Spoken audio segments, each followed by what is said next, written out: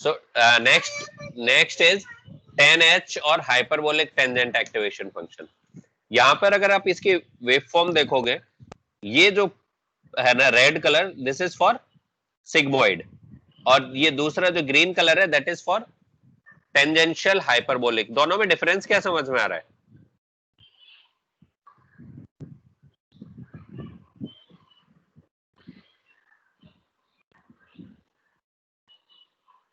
क्या डिफरेंस दिख रहा है?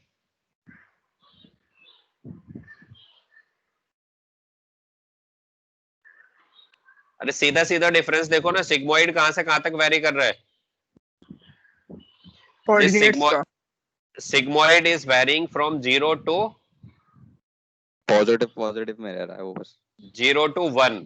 और 10H कहां से वेरी कर रहा है? -1 to 1। -1 टू 1।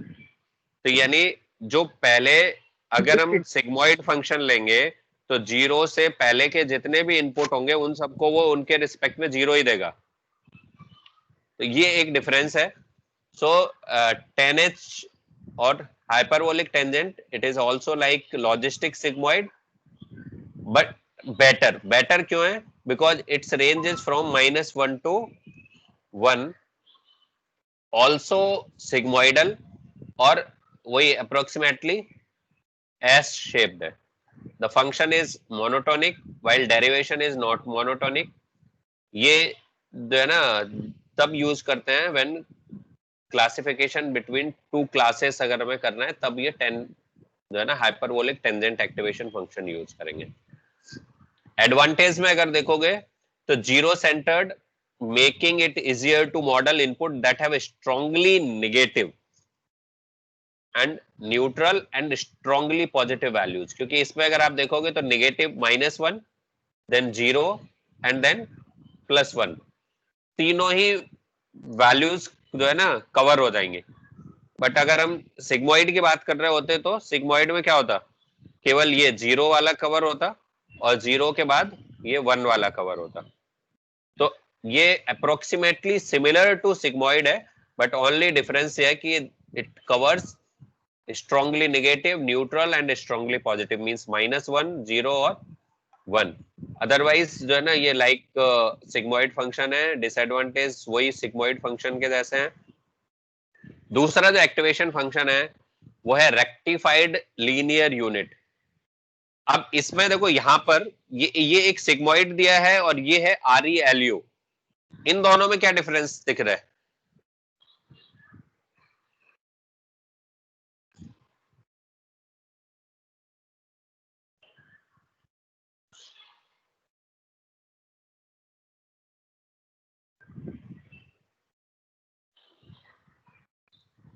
कुछ तो बोलो।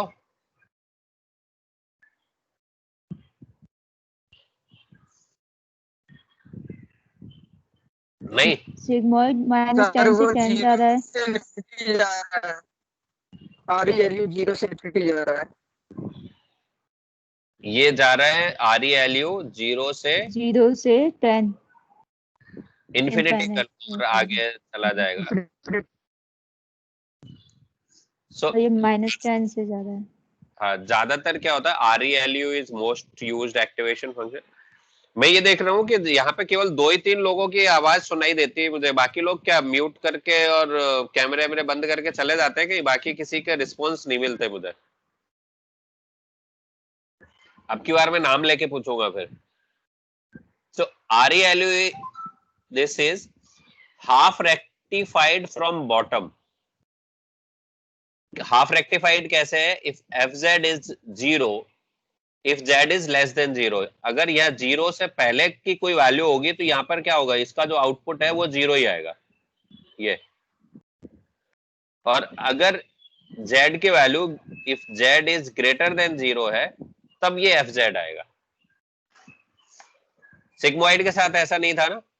सिग्मोइड के साथ अगर ये z लेस देन 0 था तब भी कोई वैल्यू आ रही थी। ये जो वैल्यू है ये वैल्यू आ रही है।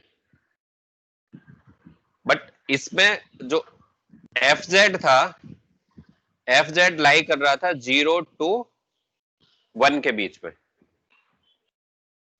यही था। और जो ये आर ई एल यू है इसकी जो रेंज है, इसलिए ये कहां से जाएगा 0 टू इंफिनिटी, तो ये 0 टू 1 जाता था, ये जाएगा एफ जेड इसका, दिस विल बी 0 टू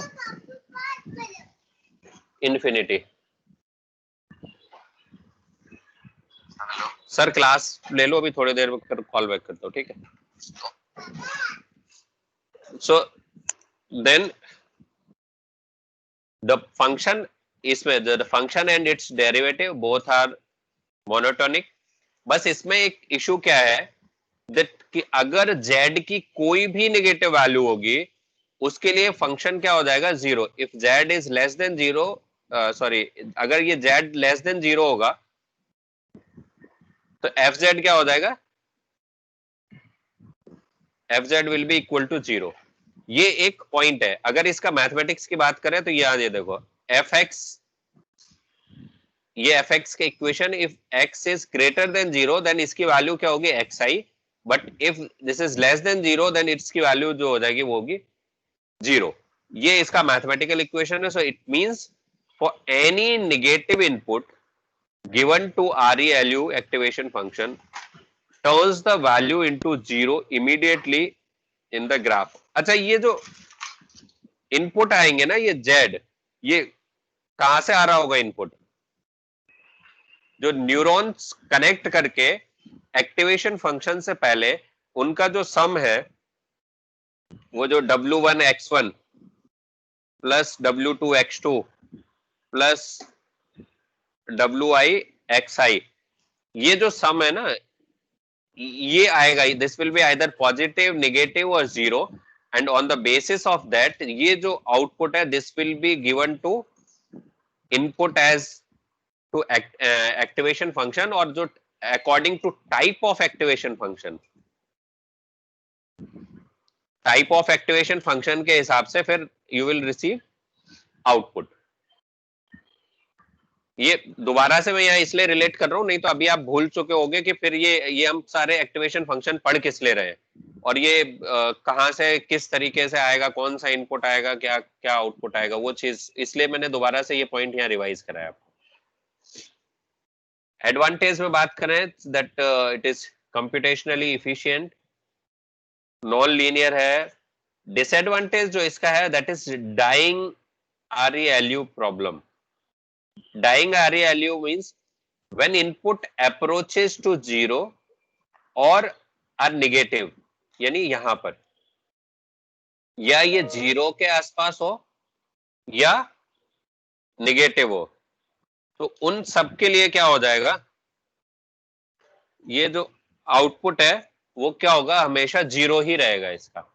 तो ये जो प्रॉब्लम है this is known as dying ReLU problem, और इसकी वजह से network can not perform back propagation and can not learn. तो इस प्रॉब्लम को अवॉइड करने के लिए जो अनदर एक्टिवेशन फंक्शन है that is leaky ReLU। Leaky, और इसमें क्या डिफरेंस है, ये कौन सा है ReLU और ये कौन सा है लीकी ReLU, इन दोनों में क्या डिफरेंस दिखाई दे रहा है?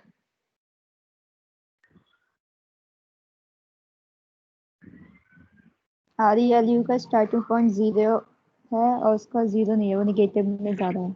हाँ, सर वो माइनस इंफिनिटी से इंफिनिटी होता है तो। हाँ, क्योंकि यहाँ पे Fy is equal to AY, जो ये वाला जो प्रीवियस इसका जो मैथमेटिक्स इक्वेशन था, यहाँ if xi is less than 0 तो ये 0 हो रहा था, ये 0 ना होके यहाँ पे क्या होगा, Fy is equal to AY या फिर Fx is equal to AX, और A की जो वैल्यू है that will be equal to 0.01, और अगर ये 0.01 नहीं है दिस वन, देन हम इसको बोलेंगे रेंडमाइज्ड ReLU। अगर 0.01 है तो लीकी ReLU, ठीक है।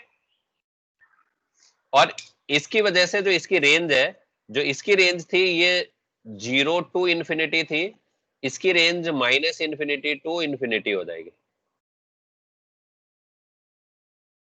ये both functions are randomized and monotonic, sorry these are monotonic, and इनके जो डेरिवेटिव्स हैं वो भी मोनोटोनिक है। ये इसमें होगा क्या, एडवांटेज क्या है कि ये जो डाइंग ReLU प्रॉब्लम थी उसको, क्योंकि इसमें क्या हुआ, ये ना ए की वैल्यू जो आपने यहाँ ऐड की बिफोर जीरो, जो इसका आउटपुट जीरो हो रहा था उसको जीरो नहीं कर रहे हैं, तो वो जो डाइंग ReLU प्रॉब्लम थी उसको ये अवॉइड कर देता है, और बाकी सारी चीजें क्या होगी, ReLU की तरीके से ही रहेगा। ठीक है। एक डिसएडवांटेज है कि रिजल्ट्स आर नॉट कंसिस्टेंट, क्योंकि ये कंसिस्टेंट प्रेडिक्शंस नहीं देता फॉर नेगेटिव इनपुट वैल्यूज। ये है सॉफ्ट मैक्स फंक्शन जो सिग्मोइड के साथ बताया था ना कि एक सॉफ्ट मैक्स फंक्शन, इसका जो मैथमेटिकल इक्वेशन है, ये इसका मैथमेटिकल इक्वेशन है। इनमें जितने भी टाइप के एक्टिवेशन फंक्शन है इनके मैथमेटिकल इक्वेशन जरूर लिख लीजिएगा आप, और वो मैथमेटिकल इक्वेशन याद भी कर लीजिए, क्योंकि वो मैथमेटिकल इक्वेशन ही हेल्पफुल होंगे आपके आगे उसकी वर्किंग समझने में। और दूसरी चीज, वो क्वेश्चन में भी पूछे जा सकते हैं, कोई जो शॉर्ट क्वेश्चंस आते हैं ना उनमें भी पूछे जा सकते हैं। और अभी आगे पता नहीं कि ऑब्जेक्टिव तरीके से अगर क्वेश्चन होने लगे क्वेश्चन पेपर, तो फिर उनमें तो ये पूछे ही जा सकता है। और या फिर मैं कोई असाइनमेंट या क्विज कराऊंगा ना, तो उनमें इनके शॉर्ट क्वेश्चंस रहेंगे ही रहेंगे इसी टाइप से। अभी मैंने आप लोगों को कोई क्विज वगैरह इसलिए नहीं कराई, अगर जहां तक मैं समझ पा रहा हूँ ना कि मेरे सब्जेक्ट का जो सिलेबस कवरेज है वो शायद सबसे लेट चल रहा होगा। Yes sir. क्योंकि एक तो हमारे लेक्चर कम होते हैं, 3 ही लेक्चर होते हैं, और बाकी हम आराम आराम से एक एक टॉपिक एक एक दिन में कवर कर रहे हैं, क्योंकि नया सब्जेक्ट है, आपने बिल्कुल भी पहले इससे रिलेटेड कोई चीज पढ़ी नहीं है, तो बेटर है कि हम इसको आराम आराम से पढ़े धीरे धीरे। ठीक है, और कवर कर लेंगे हम, इसके लिए सिलेबस कवर हो जाएगा, इसके लिए टेंशन नहीं लेना। अगर जरूरत पड़ेगी ना तो हम एक्स्ट्रा क्लास ले लेंगे, पर चलेंगे हम इसी स्पीड से, बहुत ज्यादा नहीं भगाएंगे हम। ठीक है, अगर आपको लग रहा हो कि नहीं तेज कर देना चाहिए तो बता देना, तो मैं तेज कर दूंगा। So advantage, this this is able to handle multiple classes और useful for output neurons.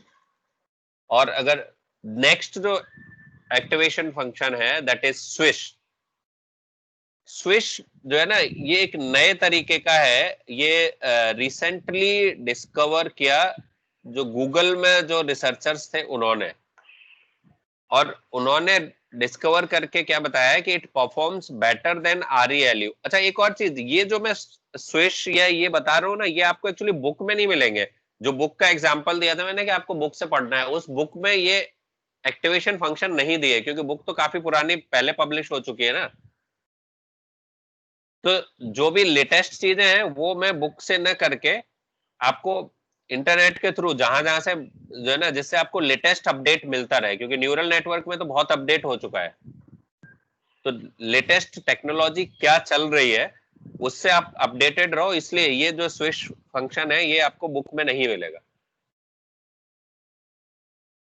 So it was discovered at Google, और उन्होंने क्या कंक्लूजन दिया कि it performs better than ReLU, और बेटर परफॉर्म करता है, एंड जो कंप्यूटेशनल इफिशियंसी है वो उसी के अप्रोक्स है। ये इसका मैथमेटिकल इक्वेशन है। ठीक है, इसके बाद ये डिफरेंट टाइप्स के एक्टिवेशन फंक्शन। हेलो, हाँ बोलो बोलो।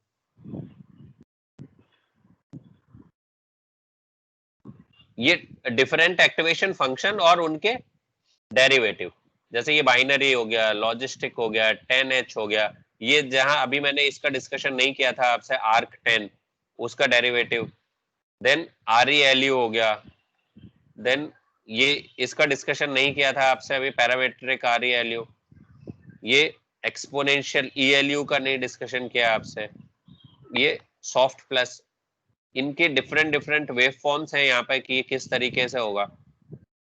ये जो जो है ना ये पैरामेट्रिक जो ReLU है, अगर हम इसमें देखेंगे तो जो रेक्टिफाइड लीनियर यूनिट या ReLU इसकी वैल्यू कहाँ से स्टार्ट हो रही है, जीरो से, ये जा रही है ये सॉरी जीरो से नहीं, ये जीरो से पहले इसकी वैल्यू जीरो होगी और जीरो के बाद इसकी वैल्यू इंक्रीज होगी।